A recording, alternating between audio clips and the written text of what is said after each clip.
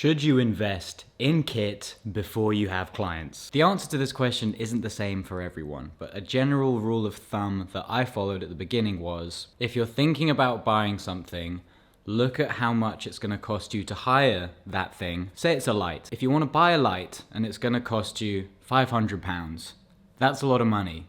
But if you look at it in terms of renting that same light would cost you £50, and it's going to cost you money to get to and from picking it up from the lighting rental place, 10 jobs, you're going to spend that £500 anyway. Now, you might not have the upfront cash to do that, and you might have to rent the stuff. I know I had that for a long time, but once you do have a little bit of money saved, sometimes it is worth investing in kit. And when it comes to buying the right piece of kit for you, yes, it is important to know the technical specifications of the equipment, but you can fall down this rabbit hole. I know I do it every time I'm about to buy a new piece of kit. I'm like, I've got £300 to spend on a behind the scenes camera or something. What's out there? What's, available? Look on the secondhand market. And then you go onto YouTube and you're comparing these videos and everyone's like, well, if you're going to spend the 300 here, you might as well upgrade, and for £400 you get this and it's got 10-bit color and blah, blah, blah, blah, blah. And you're like, oh yeah, God, maybe I do spend that. It's only extra 100 and I get that little bit more stuff. And then all of a sudden you were going to spend £300 on a nice little secondhand camera, and now you're looking at like £1,000 camera secondhand, and it's like, how'd you get there? How'd you spend that extra £700? It's because you went into the YouTube wormhole of people comparing cameras. Sometimes you just need to think, what's good enough? Always remember, when buying kit, is the client going to notice or care? I used to get so hung up on thinking, oh, I need to maybe I buy a secondhand cinema camera, and then I get cine lenses, and you just put kit on top of kit on top of kit on top of kit. But a lot of the time, if you really need that, rent it. But most of the time, for most jobs, in sort of the amateur videography world, photo world, your client isn't going to notice the specifications of your camera. Everything now is to such a great standard that buying the cheapest secondhand cameras now deliver professional results. Especially when you think that everything is going on social media. We're not posting stuff on billboards. Your images probably aren't going to be posted on a bus. If they are, rent that camera. When it comes to buying lights and cameras, don't just think about the body. Don't just think about the actual unit. Think about the compatibility of lenses and modifiers. There are some really good affordable cameras out there that don't have the most compatibility for lenses, and some of the lenses are very expensive. So you might lull yourself into a feeling of, oh, this camera looks very affordable. And then you go to buy the lenses and the add-ons and the cables, and it's like, oh God, this is really a lot more money than I initially thought. And sometimes you go for a camera that's a little bit more expensive and you find that there's a lot more compatibility on lenses. And this is the same for lights as well. I used to have Profoto lights in this studio. Because I would rent out the studio, it made sense to get the most expensive lights so that I could get more professional photographers in. That was my initial thinking. That was not the case. No one cared. No one really knew how to use the lights. So I went for a more affordable option and ended up being able to cash in my expensive Profoto lights and get a lot of Godox equipment. And because Godox is Bowen's mount, I can use all the same modifiers on my Amaran lights, my aperture lights, all my cheap third-party lights. They all take the same modifiers. So that saves me having to buy expensive Profoto modifiers for my Profoto heads and then having to have separate ones for my video lights. If you are investing in kit and you're thinking about renting it out, the rental market after Fat Llama and a lot of these different apps for renting kit has exploded. Now there's a lot of smaller rental companies renting out these small pieces of kit, like DSLRs and stuff, that the big rental houses aren't renting as much. The big rental houses, they'll be renting out the cinema cameras and the big light. So when it comes to renting out your equipment, think about A, how much you're actually going to be able to rent out, and B, things will get damaged and broken. Don't just look at, oh, if I buy the expensive thing, I'll be able to rent it out. This is what I did with my lights. I bought really expensive lights. I would rent them to people, and people would not completely break them, but there'd be little chips or little cracks, and that sort of adds up over a year or two. And then you're looking at your very expensive piece of equipment thinking, ooh, I can't really sell this now for sort of prime condition. I can probably get half of what I bought it for. And did you really make that much on the rental costs?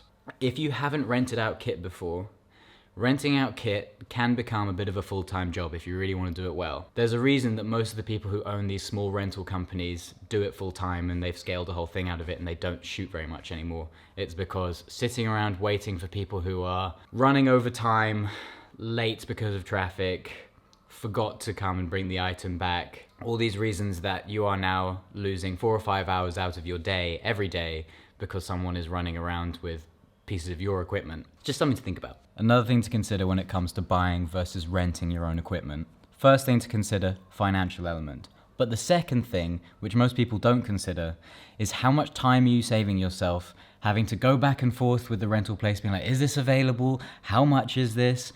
How much time is it taking you to go and pick it up for every job? If you have 4 or 5 jobs a week and you need to go and pick up different equipment for each job, that's a lot of time you're spending on the underground, in Ubers, going to and from places. I know now that I have quite a bit of my own equipment and it's all set up in my studio, there is this whole anxiety that I don't have anymore when someone books me last minute, because I know everything is here. I can walk to the studio, whatever that person wants me to do, I can do it. If they want to do an interview, I've got the mics. If they want some cool colored lights, I've got cool colored lights. So definitely consider the time you're going to save and the anxiety you will lose once you own a bit more of your equipment. But do consider the financial aspect first, of course. When it comes to pitching yourself to people, I wouldn't really consider that a risk. The only thing you're risking there is losing your own time. And you really have to be doing a lot of communication for it to be wasting your time. It's not really new advice, but the worst thing they can say is no. Something to consider though when you're pitching yourself to a new client, if that client doesn't want to do the idea, but you've put together this great idea, this project that you really want to do, you might be able to find another client, or maybe just find a way to do it yourself. Say for example, the project relies on the client giving you some money so that you can go and hire a space. If the client's not on board, you could look at that and go, oh, well now I can't hire the space. Oh well, I guess we can't do that anymore. But what you need to think is what spaces are out there that might be needing this kind of video content, photo content, and I can do a project for them where I get to execute the creative idea I had for the other client, but I'm catering it towards this venue's needs. Say for example, it's a new studio and they don't have much content to promote the new studio, or it's a restaurant that's just opened and they don't have many pictures of the space. You could go to them and say, I want to do this sort of creative idea type thing. You know, we could spin it off the narrative a bit so it's more catered towards your kind of content. You got to get out the box with what your concept is, let go of the reins of your concept a little bit so that you can get it done. Getting it done is the main thing. If you've had the idea, there's always a way of getting it done. You might not get what you want done, but you'll get something. Ooh, that's very low. Doing self-funded projects, I'd say, is always worth doing. I have this realization again and again and again. Whenever I do a piece of work that is solely for me, and I'm not thinking about what does the client want? What do my followers expect? What do people want to see me do? And you just think, what do I want to do? What do I think? More often than not, you will come up with something new. And that's when everyone who you are trying to impress in terms of clients will turn around and be like, what's this? What's this crazy new thing you just did? God, could you do that crazy new thing for us and we'll pay you? That's usually how it goes. I can't really think of any personal work that I've done that hasn't eventually led to a paid opportunity. It's just laying the foundations of the portfolio at the end of the day. It's you going, this is something I can do, and then someone will turn around and be like, I like that thing you do. Let me pay you to do it for me. Should you relocate or travel to find work? Yes. When I was first trying to get jobs, I was living in North Devon. I went down every shop in the high street. This was before like reels and stuff were important and people understood that they needed content for themselves. I would walk into every shop and just be like, can I take pictures of your shop for you, for your website, blah, blah, blah. Can I make you a website? I would go around like, for free, I'll make you a little promotional video. Just please let me do something for you. Everyone I approached was basically very afraid of letting me in and doing that kind of stuff. It was as if they thought I was going to murder them the way they reacted to me trying to offer them free content. It was very clear to me that I was in the wrong place for the work. And I was very blessed that I had some friends in London who let me sleep on their sofa whilst I figured out my way into the industry. So yes, relocating, was it a risk? In my head, it wasn't a risk. It was a guarantee. I will move there. I will get more work.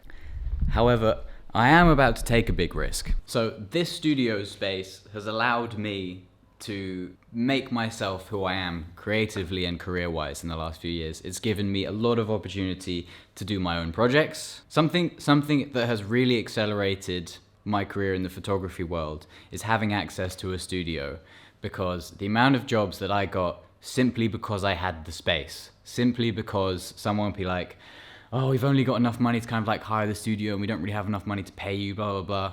I'd be like, yeah, you know what? I'm renting out the studio anyway. Why don't I just do the photos as well? It gives me something to do, so I'm not just waiting upstairs and making people coffee. And because I had that happen so many times, I had so many like, oh, we don't have enough money, we don't have enough money. I was just getting free reign to just shoot. Whereas photographers who are in the same position as me, because they don't have the space, they would have to shoot outside. People wouldn't want to shoot outside, or they've got to wait till there's more money so they can hire a studio so they can experiment and learn. Whereas I could just invite friends over and experiment and learn at a rapid rate. And that has got me to a point now where people will hire me and they'll pay me a good fee for my photography because I know so much, and they'll also pay a studio fee, which means I don't have to shoot in my own studio anymore. And this is where the risk is. The risk is I want to leave this studio. I want to move to New York City. And this goes back to how I felt when I moved to London. I know there is more work in New York City in my industry than there is in London. When I walked down the streets of New York, I could feel that they were doing better financially than we were in the UK. And then when I looked at the statistics, yeah, it's very clear that they're doing better post-COVID than we are. And also, I think a great example of the media industry, UK versus America, is go to Piccadilly Circus. Piccadilly Circus is basically one big screen with advertising. That's like our Times Square. America's Times Square, you could walk around it for like an hour and you'd still be finding new screens. It's huge. It is 100 times bigger than Piccadilly Circus. So of course there's more money in America for photography and advertising and all that kind of stuff. So it doesn't feel like a risk to me. I am terrified of losing this space because this space has given me power for the first time in my career, and I know I'll be losing that. But to counterbalance that, that's why I'm doing so much social media content. And I'm really going to focus on that over the next 6 months because I want that to be in a strong place and hopefully give me a bit of sense of power in that sense, so that when I lose the studio and I'm in America without anything, without knowing anyone, without having 6 years of like backlog shoots of people recommending me, that hopefully I will land on my feet. But for anyone who's currently living in their hometown and they're thinking about moving to a city, definitely do it. What are some risks that I've taken in my career that didn't pan out the way I thought they were going to pan out? When you look at my work and my portfolio online, or any creative that you like and you look up to, most of that work is going to be their favorite work, the top of the iceberg, their top stuff that they want to show off, that they want to do more of. When you look at my portfolio, because my Instagram, it goes back about 6 years, but you don't see the birthday parties, the club nights that I didn't get paid for. You don't see the whole host of corporate headshots and commissioned family portraits, because that's not the stuff I want to advertise. That's not the stuff I want to do more of. And there are plenty of projects that I did that I don't think I did a good job on. The client was happy, but I thought I could have done better, or I would have wanted to do it another way. And in my head, those are my risks. Those things that didn't pan out the way that when it was done, I was like, yes! The things that once I wrapped up, I looked at the client and they were like, yeah, perfect, got it. And I'd be like, oh, if I could just spend a bit more time, or if we had a bit more money to do this, or if we'd just done the original, blah, blah, blah, blah, blah. Those might not be risks, but that part of the portfolio, which is probably more than 80% of my portfolio, those are all the risks that didn't quite pan out the way I wanted them to pan out. But in doing all of that work, that is what has informed all of my best work. All of the work that wasn't quite the way I wanted it to be has meant that when I go and do my personal projects, or I go and do that project again, I know how to nail it, and I do nail it. And those are the projects that I share, those are the projects people see. I asked a room full of A-level media students a couple of years ago, what video on my profile they thought paid me the most. I pulled up my website with a few videos on it and said, what do you guys think paid me the most out of these videos? And they all pointed at like, oh, the Vogue video, or like, oh, that thing with Gucci on it, blah, blah, blah. And those two videos didn't pay me anything. One of them was a collaboration with a friend. The other one was behind the scenes that they then decided to use as an actual video. When you look through creatives' Instagrams, don't be blinded by how cool the video is or how cool the client is. A lot of the top really cool work isn't going to be the stuff that's paying the bills. It's going to be the stuff they're not showing you, which is going to be something like a corporate interview or some kind of commercial for an auto dealership, which they're not mixing in with their portfolio of high fashion clients. What is the scariest financial decision I made in my career? So far, I think there's chapters to this question. Obviously, my first scary purchase was a good camera when I bought the Sony a7 III. That cost me a whole summer's job, but I couldn't have done any of the work that I did in my first few years without it. I got hired because I had a nice shiny camera. That is how I got a lot of my first few jobs. My most recent scary financial purchase was the cost of renting this studio. Deposit, first month's rent, all of that. That was a terrifying purchase. And when I made that purchase, I wasn't taking photos really, I was only doing video work. So I was just having other people come in here and take pictures and they would pay me money for that. But having this allowed me to start experimenting with pictures to the point now where I get paid way more than I used to get paid for video work to do photo work. And I enjoy it quite a lot more as well. Every time I've taken a financial risk, it has worked out for me. Not to say that I haven't wasted a lot of money on stupid bits of kit and stuff that I never use. I didn't have a gimbal for a while and I bought one recently thinking, yeah, I'll definitely use it. I don't use it. There's a lot of like silly purchases like that I never use. But I'm cracking down on myself. I am trying to take more of like a minimalist approach to kit and stuff. Sometimes I'm on set doing video work alongside really good photographers, and the photographer will turn up, they won't live in London, they'll have like traveled to get to the location, and all of their kit's hired. You know, they hire the camera, the team comes with their own kit. The photographer doesn't own anything. It's crazy. The guys who are really doing good stuff, they don't own any kit. They're just so good that people just be like, can you just be here? And you know, the team will amass and we'll give, obviously it's not that simple, but it's something that I never would have guessed. Like a few years ago, I would have thought like the top photographers, they've all got their own Hasselblad. And but like, I mean, to say who the top photographer is, that's a hard thing. But like people who are doing good commercial work, I mean, a lot of them, they rent equipment. You don't have to own loads of equipment. I definitely find it useful, but I would love to be at the point where someone's just like, can you be here and we'll, hire kit? And I'll be like, yeah, I can get there. Don't worry about it.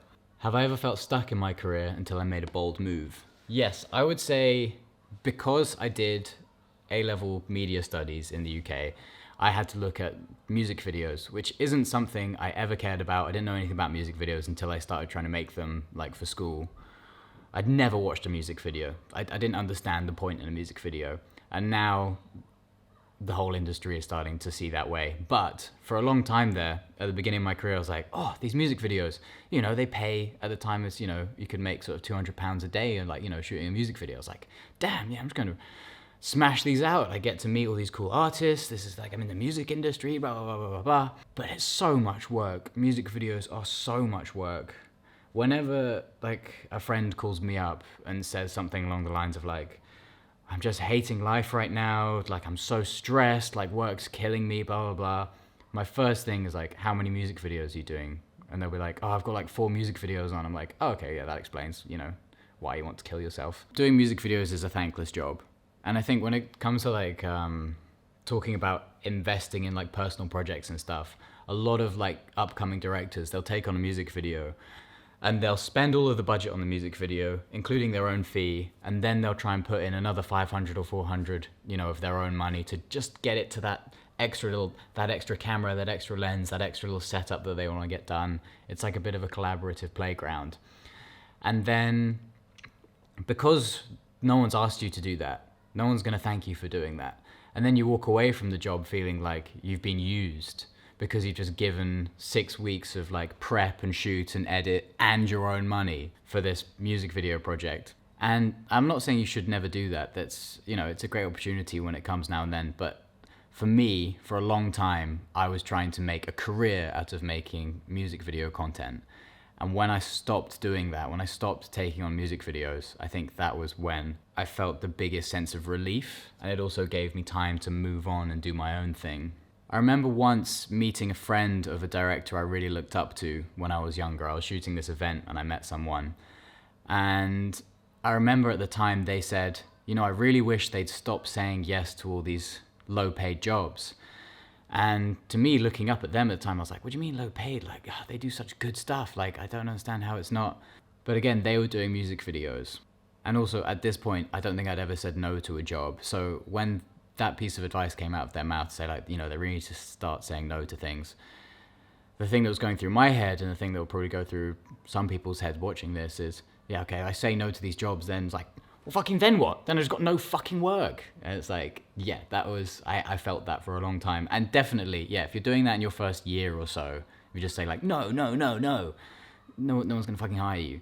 But it gets to a point where you do need to start prioritizing more creative jobs where you have more independence, maybe a different skill set. You need to say no, and then you need to start creating your own opportunities. You can't just keep taking what's coming to you. You can get bogged down on people just coming to you, because people will keep coming to you. Okay, this is a good point. People will come to you for the jobs they know you can do, the stuff you've already done. So if you want to progress, you need to create the opportunities. You need to tell people, I want to do this thing. And then you need to make it happen. I don't know what that thing is for you. I don't know how you're going to make it happen. But if you just take the jobs that are coming at you, you can't move forward, because people are only coming to you because they know you can do something. No one's ever gone to, like, I don't know, someone who only advertises wedding photography and is like, oh, I know you only shoot weddings, but, do you want to shoot this spring-summer campaign? No. You need to go and make a fake spring-summer campaign, and then you can be like, look, guys, I want to expand and do more stuff. Here's an example of the kind of stuff I want to do. As a photographer, when was the last time I felt out of my comfort zone? I don't like turning up to a shoot if I feel totally in my comfort zone. If I turn up to set and it's a shoot where I know exactly how to light everything, exactly how to shoot everything, I know exactly what images we're gonna get, and there isn't a single element of, let's try this this prop, or maybe this new little back element, or I'm usually anxious before every single shoot I'm about to do. And that is usually because I'm gonna try something new. And the two great knock-on effects from this are A, I'm always improving, simple, but B, if I'm nervous about doing something new on a shoot, and when I take that image and I look and I see that image, my reaction to that on the day, the amount of excitement that I bring in that moment confirms to everyone involved in that that is a good final product. You can call it psychology, marketing, or whatever it is. Something you'll notice photographers are very good at is being their own hype man and being the hype man for the model or the client. And when you've taken a shot that genuinely surprises you of how good that photo is, that is just instantly a feel good for you and a feel good for the client, because the client knows that something there is really good. If they've hired you because they think you're good enough and you're getting excited over the image that you've taken of them, how are they gonna feel? They're gonna be like, oh God, I got a really good one. And that is why I walk away from every shoot, mostly, thinking this is the best thing I've done so far, because I keep progressively overloading myself with a new technical element, or trying something in a different area or angle or color or whatever, just that extra little thing every time to just get better every single time.